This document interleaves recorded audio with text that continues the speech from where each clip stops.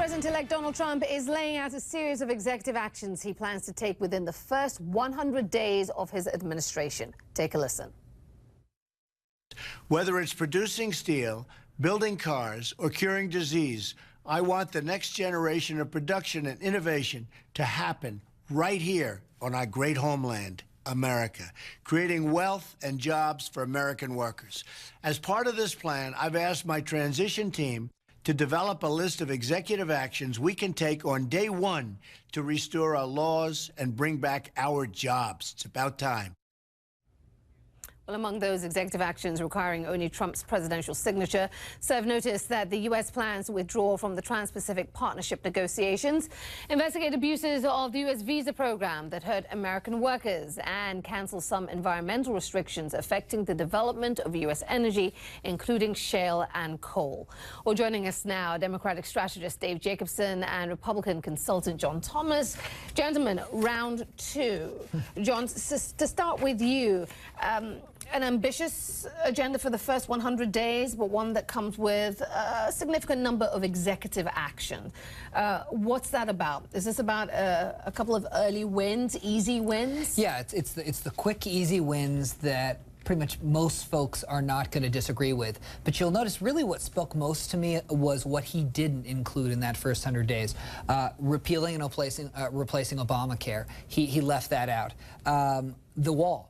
He left that out. I mean, these are major things that he campaigned upon. I think it's what it's showing us is a different Trump than we saw in the campaign. A more moderated Trump that understands if you're going to repeal something, you better have the right plan and path to get that plan approved. You can't just repeal things outright. Dave, is that what it's about? A moderated Trump, a realistic Trump, the reality of governing? Well, perhaps, right? I mean, I think, like, it illustrates the fact that, like, he understands now that he's president-elect that, like, Congress isn't going to pass some of this stuff. Like, I don't see Paul Ryan building up a wall along the southern border of the United States. Like, he's all about balancing the budget, dealing with the deficits. Like, I bet you he's saying to Donald Trump, show me the money, baby. And I think, like, that's maybe right. One of those words. Perhaps, but that's the issue, right? And I think the other thing that he missed out, right, was like this term limit plan that he wanted to institute. Like, Congress clearly isn't going to pass that, right? Like, all these members are interested in getting reelected year after year,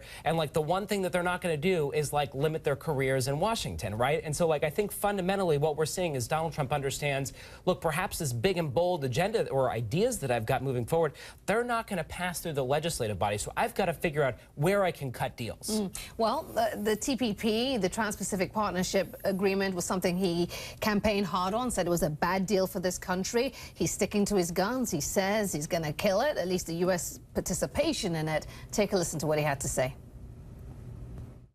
On trade, I am going to issue our notification of intent to withdraw from the Trans-Pacific Partnership, a potential disaster for our country. Instead, we will negotiate fair bilateral trade deals that bring jobs and industry back onto American shores.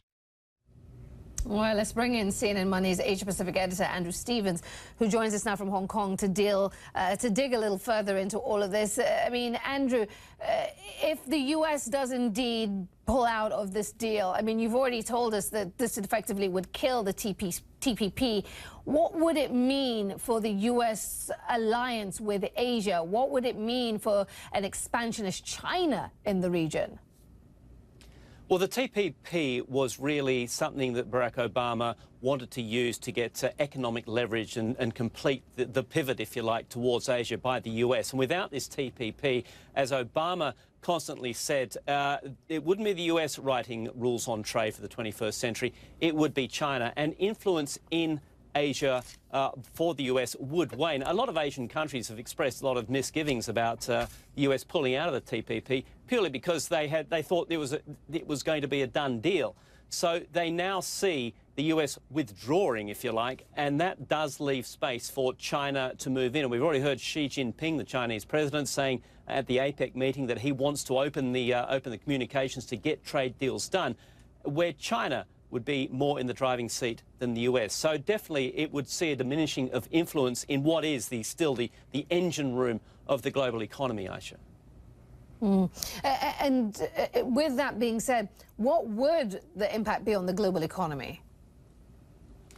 It's a difficult one to answer, really, because the TPP hadn't been actually brought in, so we don't know what the benefits are. And clearly, because there are so many different opinions on the value of the TPP. If you just Google TPP, what good or bad, you get a really, really divided opinion on it. What I think is more important here is not so much killing off the TPP, but if Donald Trump, and noticeably he didn't do this either in his first 100 days, talks about naming China as a currency manipulator, slapping a 45% tariff on Chinese exports to the US.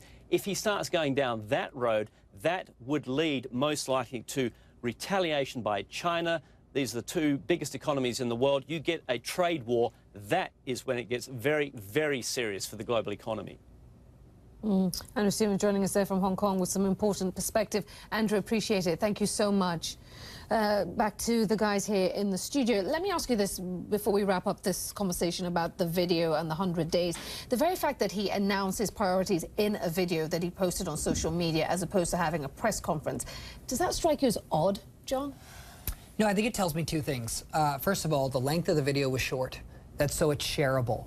Part of how Trump got elected in the first place is he went around the mainstream media and he went right to the people. And he delivered his message. So I think this is Trump's style. He wants to deliver his take directly through the media.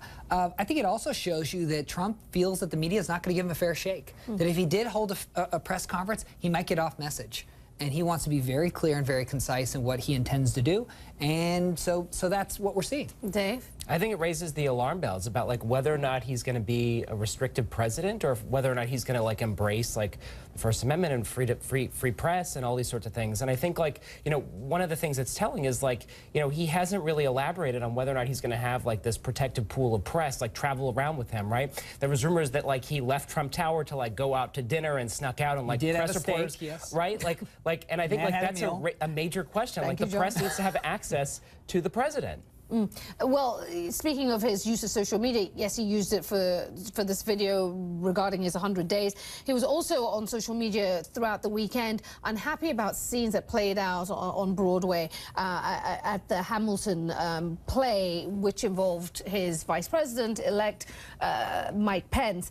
Let's remind our viewers of what happened and then go into President-elect Trump's reaction. Vice President-elect Pence, we welcome you and we truly thank you for joining us here at Hamilton and American Musical. We really do.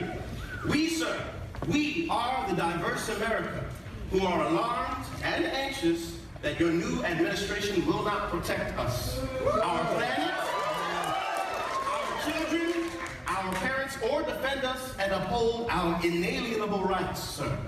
But we truly hope that this show has inspired you to uphold our American values and to work on behalf of all of us. All right, well, John, the President-elect Donald Trump says the cast of Hamilton harassed Mike Pence and they should apologize. Do you think they should? Did they cross a line for you? Well, first of all, it's their First Amendment right. They can do whatever they want. I just don't think it was the venue for it. The Vice President-elect went there to enjoy a play, not to get a political lecture about himself.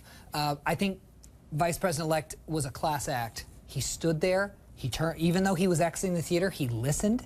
He didn't boo at them. And he said since it's their right to do it. I just don't think that's the place and time to do it. And when you're paying $3,000 a ticket to be there, that's not what the intention of it was to be. Dave, Vice President-elect has said it didn't bother him. He actually also said that when he entered the theater and there was some booing, he actually told those he was with, this is the sound of democracy. Yet President-elect Trump, it seemed to get under his skin. Right, and we know how thin his skin is. Which again brings it has people wondering, is this what it's going to be like when he's in the Oval Office? How concerned are you? What does this episode demonstrate to you? I think Donald Trump's Twitter account essentially is emblematic of him playing with fire. I mean, we almost had a diplomatic crisis when he flew to Mexico to meet with the president there, and then they got into a Twitter war back and forth about whether or not Donald Trump discussed who was going to pay for the wall, right?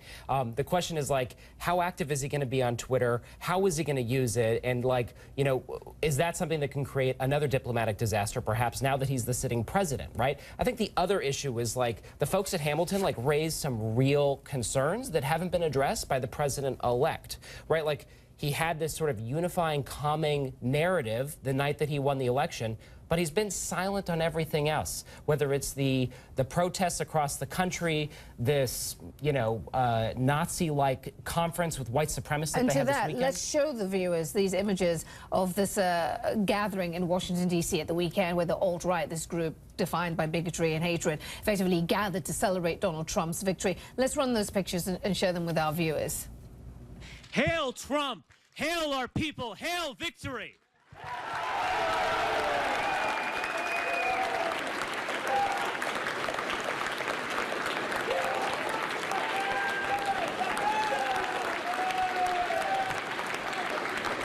Dave, back to your point, he was so troubled by the Hamilton episode, yet we didn't hear him condemn this. People saying, why not? I think it speaks volumes about whether or not he's actually like trying to heal the wounds and the gaping divides that have been built throughout the course of this campaign. I mean, this was a really divisive campaign on both sides, right? It was a negative race to the bottom campaign. I get that. But he's talking about unifying the country, bringing people together and moving the country forward.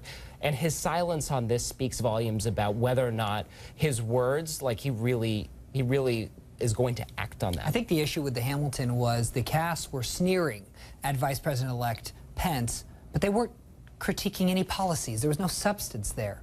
So I think Donald Trump was more upset at the disrespect for the office, especially when Mike Pence did nothing to deserve that kind of treatment. Again, it's our First Amendment right to say that. Now, as it relates to those fringe crazies, I think, I can't speak for the president-elect, but I think he's probably watching it closely saying, that is such a fringe group, however many 200 people there were, that he doesn't even want to dignify them with a response, that it would elevate them.